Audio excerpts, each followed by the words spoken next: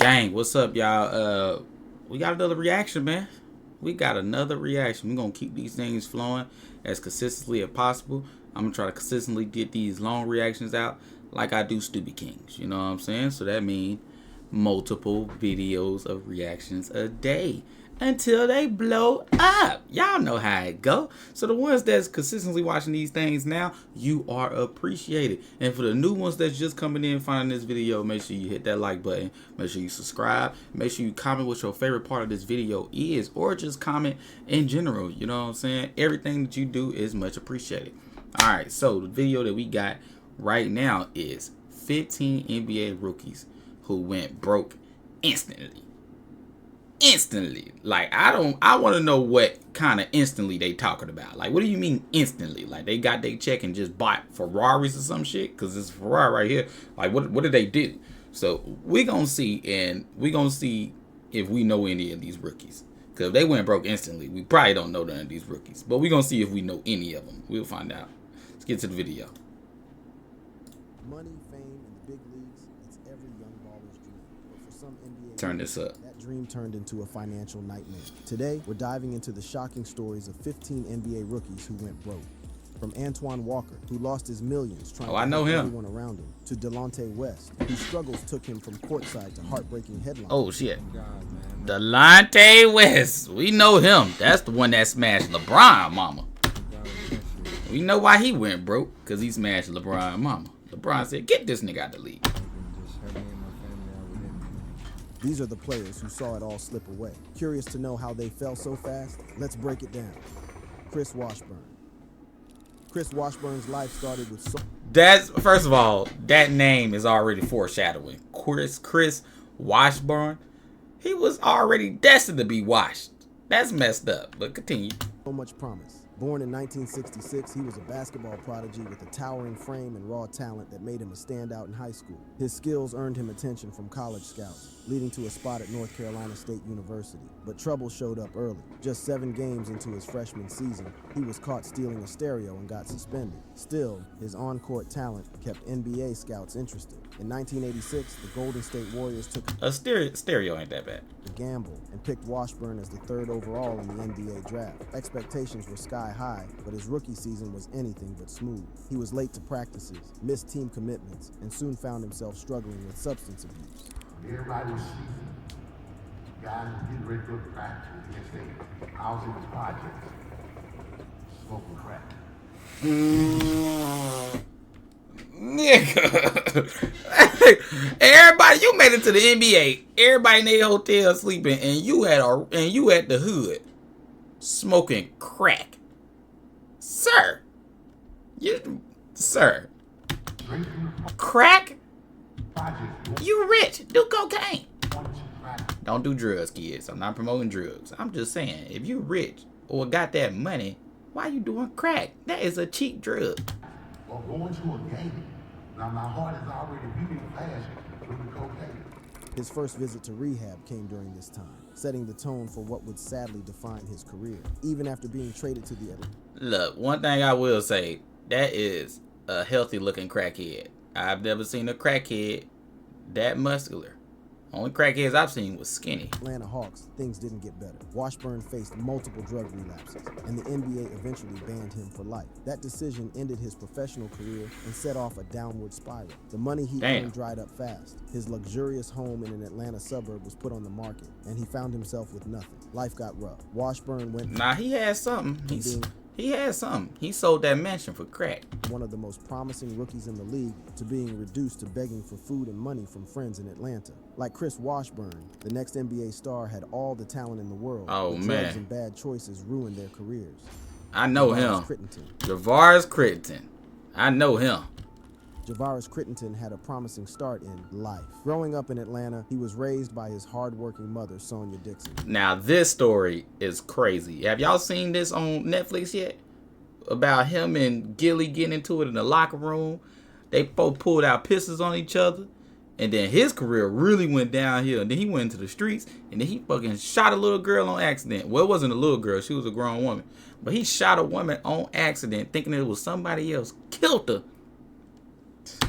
who did everything she Crazy. could to give him a shot at a better future. From a young age, Spoiler alert, Javaris stood my out bad. as a basketball prodigy. With the help of a local youth coach, Tommy P.J. Slaughter, he refined his game and gained the discipline to chase greatness. His big break came when Wallace Prather Jr. recruited him to the elite Atlanta Celtics AAU team. Playing on a national stage, Javaris became one of the top high school prospects in the country. He went on to star at Georgia Tech and eventually made it to the NBA as the 19th overall pick in the 2007 draft, selected by the Los Angeles Lakers. But things took a turn for the worse in Washington. After a heated argument over a card game with teammate Gilbert Arenas, both players brought guns into the locker room, a decision that led to season-long suspension. Afterward, Javaris went back to Atlanta and fell in with the wrong crowd, linking up with the Mansfield Crips gang. In 2011, everything came crashing down. He was charged with the death of a woman in a gang-related incident and later sentenced to 23 years in prison. During this time, his legal battles drained his wealth. Lavish NBA spending, poor financial planning, and no backup career left him broke. Opportunities for endorsements faded as his reputation crumbled. Javaris went from the heights of the NBA to losing it all. Crittenton's life fell apart because of gang ties and violence, but another NBA player's journey took a different,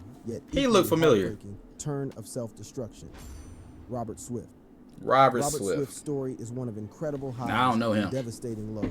He was a small-town basketball prodigy from Bakersfield, California, whose skills on the court skyrocketed him to fame. At just 18, he made the leap from high school straight into the NBA when the Seattle Supersonics drafted him in 2004. Big dreams and high expectations came crashing into reality when his career was cut short by injuries, limited performance, and the franchise's transition to the Oklahoma City Thunder. Over 4 seasons, he earned $11 million, a fortune for most, but his time in the NBA ended abruptly. Like many young athletes, Swift didn't think about the future. He splurged on luxurious cars, mansions, and anything that caught his eye. The lifestyle was flashy, but the financial habits weren't sustainable. When his career... But with cars and stuff, like, you could sell them, and you know what I'm saying? Like, even if you don't get all that is worth back, you could still have some money and goddamn be smart with it. Mansions, you could do the same thing, so... ended, the money drained fast. His struggles didn't stop there. He turned to drugs, which quickly Oh, took Lord, over his life. that's Addiction not that's only what wrecked it his is. health, but also made it impossible to rebuild his career or find stability. Things went from bad to worse. By 2013, Swift was living in a foreclosed mansion filled with trash, alcohol, and drug paraphernalia. Headlines told the story of a once promising athlete now refusing to leave the property. Homelessness followed, and his legal troubles mounted. In 2015, he was arrested for possessing a sawed-off shotgun, showcasing the depths of his struggles with addiction and crime. Swift's downfall was worsened by one glaring issue. He had no backup plan. With no financial literacy in basketball, his life switched up rapidly. Just like Swift, Reggie Harding's life started with promise but ended in tragedy. Reggie Harding. Growing up in Detroit, a city Reggie battling crime Harding. and poverty, Harding showed a natural gift for basketball. At 7 feet tall, he was a giant on the court, dominating in high school and catching the eyes of NBA scouts. In 1962, at just 20 years old, he was drafted. 1962. All right. If you're going back to the 1960s, you can't say like people went broke instantly. It's the 1960s. Them niggas wasn't getting paid shit. They wasn't getting paid nothing in the 1960s. They wasn't getting no money. They wasn't getting no money. So I don't know. I don't know if this one counts. Drafted by the Detroit Pistons. His NBA career started off strong, showing real potential with impressive Look at stats that. in his first seasons. But off the court, things started falling apart. Harding had a knack for getting into trouble. Drugs, alcohol, and legal issues kept dragging him down. His behavior grew more unpredictable, pushing him further away from the league. By 1967, the Pistons had enough, and Harding's time with the team ended. His troubles didn't stop there. He bounced around teams like the Chicago Bulls and the Indiana Pacers, but his reputation for violent behavior and being a bad teammate overshadowed his basketball skills. He even pulled a gun on a teammate. As his career flamed out, Harding didn't have much to fall back on. His financial He look high as hell right here. was a mess, and without a basketball or any clear direction, he ended up broke. The money he earned from the NBA went fast, and his criminal record made it even harder to rebuild. By 1972, his legal troubles caught up with him in a fatal shooting incident, which led to prison time and more financial ruin. Sadly, Reggie Harding's life came to a tragic end in 1973. He was killed in a robbery at just 26 years old. Poor choices and bad luck cut short a young life. Just like others on this list, Darius Miles went broke, though at least he's trying to turn things around now through his podcast. Darius Miles. Growing up in East St. Louis, Miles faced struggles from day one. Raised by a hard-working mother and absent father, Miles found his escape in basketball. His talent shone early, leading him to the NBA as the 3rd overall pick in 2000. Just 18 years old, he earned millions playing for teams like the Clippers, Cavaliers, and Trailblazers, amassing $66 million over 7 seasons. His name sound familiar, but I don't know if I've seen him. Fast cars, flashy jewelry, and even acting roles in Hollywood films, but the dream didn't last. At just 27, persistent knee injuries forced him to retire, cutting off the income he'd relied on. Unfortunately, Miles' financial habits didn't change. He had splurged on his lifestyle and generously supported friends and family, but his spending spiraled out of control. On top of that, poor financial advice and failed investments drained his fortune. A botched real estate deal in St. Louis involving big names like Nelly and Marshall Faulk cost him millions. Life after basketball got even tougher. Miles filed for bankruptcy in 2016, listing over $1.5 million in debt with just $460,000 in assets. Legal troubles added to his woes, like a gun charge at an airport, while personal losses, including his mother. Bro, a lot of this stuff is just like, bro, it's either drugs or common sense. Why in the hell are you bringing a gun to a damn airport? That it just doesn't make sense. It doesn't make sense. Now, drugs is like, if you get hooked on drugs, you're hooked. You get hooked on drugs, you're hooked. Trust me, I used to smoke weed. And weed used to have me hooked. I was hooked on weed. I used to wake up in the morning looking for roaches and shit. That's when you know you're hooked. And that's when I knew I need to stop smoking this shit. I'm like a weed crackhead. I can't be a weed crackhead now. You know what I'm saying? So it's like, if you ain't learning nothing from this videos of these rookies right now, kids, it's don't do drugs. Don't do drugs. Say no to the damn drugs. Say no to them. Death left him emotionally devastated. The once celebrated NBA star was selling off memorabilia and personal items to stay intact. In recent years, Miles has tried to turn his life around. He co-hosts a podcast called Knuckleheads with former NBA player Quinton Richardson, where he shares insights from his career and life. While Miles is trying to bounce back, Michael Ray Richardson's story shows how hard recovery can be. Damn. Ray Richardson. That looked like somebody did drugs. Richardson's promising NBA career launched in 1978 when the New York Knicks shocked everyone by picking him 1978. Still wasn't making money. Known for his scoring, defense, and playmaking, Richardson quickly justified their faith. In his second season, he was fantastic, averaging over 15 points. Richardson got caught up in the fast life that came with NBA fame, especially in a city like New York. Struggling to handle the pressure, he turned to drugs. By the mid-'80s, substance abuse started taking a toll on his career. Missed practices and inconsistent performances became his norm, and his time with the New Jersey Nets was marked by constant drama. Despite rehab attempts and flashes of brilliance, Richardson violated the NBA's drug policy repeatedly. In 1986, Commissioner David Stern... See, listen, back in the day, the drug policy back in the day was, bro, they only got drug tested one time out the year. That was in October. You got drug tested one time. Then after that, you don't get drug tested again until next October. So, nigga, be clean. Back in the day, nigga, I don't know why. Just be clean. Be clean, and then go pass the drug test and go do what you do. Smoke your crack. Handed him a lifetime ban, making him the first player to receive such a punishment. Without the NBA, Richardson lost his primary source of income. That was a goal, and the structure his career provided. Addictions drained what money he had left, and poor financial decisions didn't help. Like many athletes, he had lived lavishly during his prime without planning for the future. With no steady income, debts piled up, and life spiraled further out of control. His struggles didn't stop at finances. Broken relationships, divorces, and family tension added to his challenges. Once a rising star destined for greatness, Richardson became a tragic tale of how fame and fortune can disappear just as quickly as they arrive. As Richardson's story ended in empty pockets, Dante West's struggles played out in public view. Dante West. A skilled guard, West made a name for himself in the NBA, playing for teams like the Boston Celtics, Cleveland Cavaliers, and Dallas Mavericks from 2004 to 2012. And in over his 8th season career, he earned about $16 million. West struggled with bipolar disorder, which affected his stability both on and off the court. While battling his mental health, he also made some poor financial decisions. Lavish spending on cars, houses, and other luxuries drained his bank account. See, what probably messed him up for real is them diagnosing him with bipolar disorder. His mind thinking he bipolar. So now he taking pills to heal the disorder shit and bipolar shit, and it's Them pills be messing people up with the bipolar stuff. I ain't gonna lie. Like, the pills be messing people up. Legal battles, including a divorce and child support payments, added to his financial woes. By the 2011 NBA lockout, he admitted to struggling so much that he took a job at a furniture store to pay the bills. After leaving the league in 2015, things got worse. West battled substance abuse, using embalming fluid-laced cigarettes that caused paranoia and hallucinations. His finances dried up completely, and by 2020, shocking videos showed him homeless and begging, a heartbreaking contrast to his NBA days. There were glimmers of hope when Dallas Mavericks owner Mark Cuban stepped in to help. Cuban got him into rehab and reunited him with his family. But recovery wasn't straightforward. Despite periods of progress, West faced relapses and run-ins with the law, including an incident where he tried to enter a car he didn't own. Unlike West's public struggles, Jay Vincent's downfall came through hidden schemes. Jay Vincent.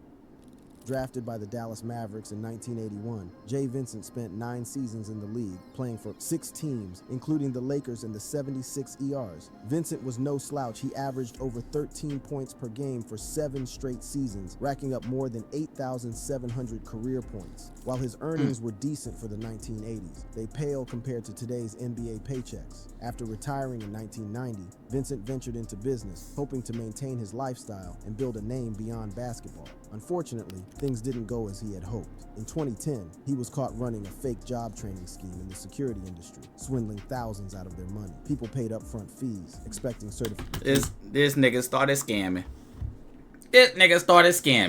You went from the league to scamming, brother. And jobs, but got nothing. In 2011, Vincent pleaded guilty to mail fraud and tax evasion, landing him a 5.5-year federal prison sentence and an order to repay over $110,000. His downfall wasn't about reckless spending, like some athletes faced, but rather poor decisions and illegal ventures. By the time Vincent got out of prison, he was a shadow of his former self and had to take a job at a small burger joint in Michigan to make ends meet. Despite his fame, he started over, greeting customers and signing autographs at Juicy Burger, a stark contrast to his NBA glory days. There's little known about Vincent's financial recovery since, but his legal troubles and prison time placed him in a very bad situation. Vincent turned to crime, but it's crazy how Eddie Curry's millions simply slipped away. At least he ain't turned to crack.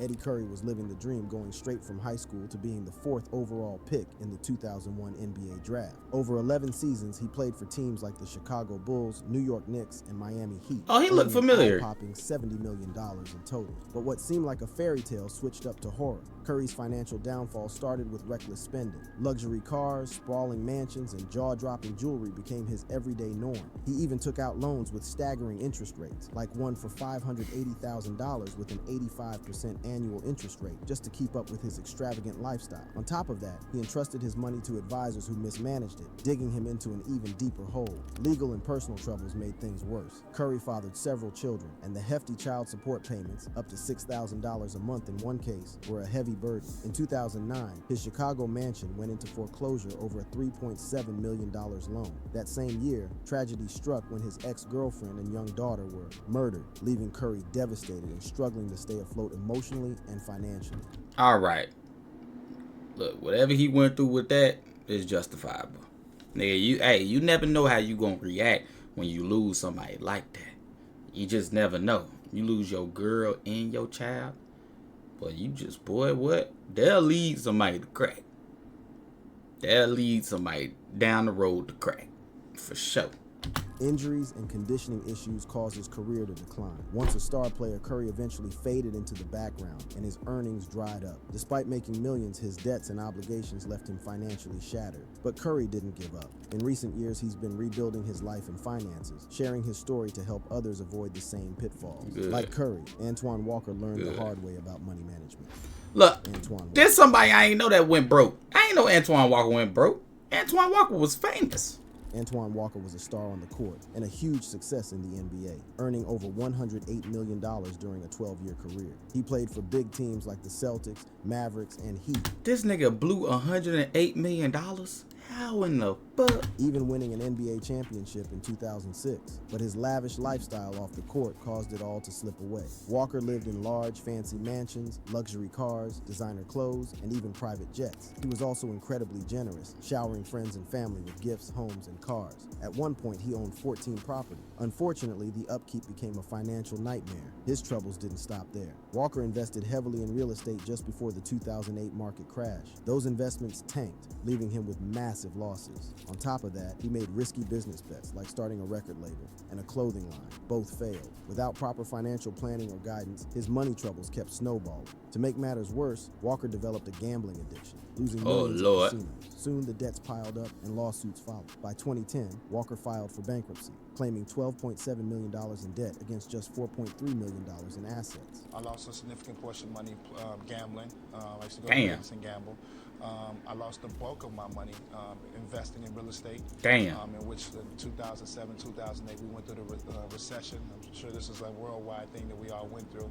And I got caught up in that web, and that ultimately ended. After hitting rock bottom, Walker made a comeback. Not in the NBA, but in life. I hear that a lot, though. They say real estate is not the best thing to invest in. I wonder why. Why? It's like some people are successful in it, and some people are just lose all their money in it. Spoken out about his journey through a documentary, Gone in an Instant, and now advocates for financial literacy. Walker's gambling problems mirror Vin Baker's battles with addiction. Vin Baker. This nigga transitions into the next player. It's seamless. It's seamless. This boy a fool. Growing up in Old Saybrook, Connecticut, shout out to him. With a strong sense of discipline and faith, Vin Baker had an incredible start to his life. Drafted into the NBA in 1993 by the Milwaukee Bucks, he quickly made a name for himself. Over the next few years, Baker played for several teams and earned 4 NBA All-Star selections, showing off his impressive skills as a power forward and center. At his peak, he was making over $100 million, and life seemed to be a dream for him. But things started to go downhill. Despite the millions in his bank account, Baker's spending spiraled out of control. He indulged in a lavish lifestyle, buying expensive cars, homes, and living in excess. He also made some risky investments in real estate and business ventures that didn't pan out, leading to significant losses. His generosity toward family and friends didn't help either. He often gave them financial support, putting more strain on his bank account. But the real blow came from his personal life. As his career progressed, Baker struggled with alcohol and substance abuse. What started as casual drinking turned into a full-blown addiction. If you're an alcoholic, like I was an alcoholic, I needed the alcohol to function, period. Damn. Like I was addicted to it, like literally addicted to it. So I'd have to like have a drink in the morning. See, that's crazy though, because alcohol makes me feel terrible.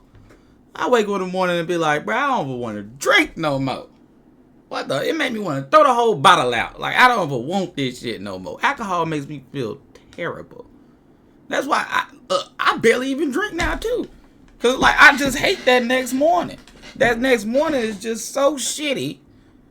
Where it's like, bro, why do I keep poisoning myself like this? It make you question it. Why do I keep doing this? And then when you take a shot, if you take a shot the next day or some shit, yo ass want to get back drinking, not thinking about how you gonna feel the next day. And then you wake up like, shit, why did I do that again? But I'm telling you, boy, alcohol, boy, being addicted to alcohol is now that's a deadly addiction. That's deadly. Drink in the afternoon so I wouldn't have the shakes. His performance the shakes. and his personal life became a chaotic mess. By 2008, he was forced to file for bankruptcy with over $70 million in debt. Homes were repossessed, and his once promising career seemed to be over. Despite all this, Baker didn't give up. He went through rehab to fight his addiction and even got involved in coaching youth basketball, trying to help others avoid his mistakes. Like Baker, Shawn Kemp struggled with personal demons. Shawn Kemp. Also known as Rain Man, Shawn Kemp had an electrifying NBA career, playing for teams like the Seattle Shawn Supersonics, Kemp, I know him. Cleveland Cavaliers, and Portland Trailblazers. Known for his powerful dunks and athleticism, he became a 6-time NBA What he end up doing? and was Crack? one of the most exciting players in the league during the 90s. But despite earning an impressive $90 million, He like somebody that did crack. things took a turn for the worse. When Kemp was riding high, he lived the lifestyle of a superstar. Expensive homes, flashy cars, and a wardrobe to match. The money was rolling in, but so were the poor decisions. Instead of securing his wealth, Kemp made some risky investments, and his finances were constantly drained by child support. With multiple children from different women, he had to pay to support 7 kids at once. Dang. Wrap it up, kids. That's all I gotta say. Wrap that Jimmy up, or your ass gonna be wrapped up. Your money gonna be hell, boy. You don't need no babies. Not by multiple women. Especially when you got that money. I don't know who watching this that's gonna end up a millionaire. But if I'm talking to you and you gonna end up a millionaire, wrap that thing up. Don't just be out here free balling everybody. And pull out. Pull out. You know you about to nut. You feel it. God put a warning sign system in us. Well, we know it's coming. He put it in us. We know it's coming. So, push out. And if she locked them legs on you, break them shits off of you. Get the fuck off of me. Practice that right now. Get the fuck off of me. Practice that move. Do it. Get the fuck off of me. Practice that shit at home. Get the fuck off of me. No babies. All these things piling on, and he wasn't prepared. Then came the downward spiral. As Kemp's career started to decline due to injuries and weight issues, his financial troubles worsened. Legal battles like a drug possession arrest and a car accident lawsuit piled on the stress. By 2013, he was in over $5 million of debt and filed for bankruptcy. Properties were foreclosed, and his once thriving career now seemed a distant memory. But Kemp didn't give up. He explored new ventures, including opening a marijuana dispensary and working with local youth programs, hoping to turn his life around. What a downfall, right? Well, if that wasn't it, then check out the next. Marijuana dispensary. Joe Smith's life went from NBA stardom to I think I heard of Joe Smith. And it all started with his incredible career. He was drafted #1 overall in the 1995 NBA draft by the Golden State Warriors, setting the stage for a career that spanned 16 seasons. He played for several teams, including the Philadelphia 76ers, Chicago Bulls. Well, if he played for 16 seasons, he can't be that broke. He can't be that broke. Because if my memory is suited me well, when you play 10 seasons in the NBA, they put you on, you get some type of plan or whatever, where they give you money monthly or yearly or some shit like that. Something like that. And New Jersey Nets, and earned over $60 million during his time in the league. But despite the massive earnings, things took a turn for the worse. When Joe was at the peak of his career, he started making some serious financial missteps. He put his resources into real estate and various ventures, but none gave him the success he had hoped for. And on top of that, he spent big on luxury homes and cars, living the high life like many other athletes. What really hurt him was not having proper financial advice. Without a good financial advisor, Smith made decisions that drained his bank account fast. Then, in 2011, the real trouble hit. Smith was secretly given an $80 million loan by his financial advisor. The loan was hidden from the NBA, and it turned out to be a massive violation of league rules. When this scandal came to light, it severely damaged his reputation and career. That wasn't the end, though. By 2012, Joe had filed for bankruptcy, saddled with millions in debt. A huge chunk of that debt came from the hidden loan and unpaid taxes. But after everything fell apart, Joe's trying to make a comeback by helping others learn from his mistakes, speaking out about how important it is to manage money well,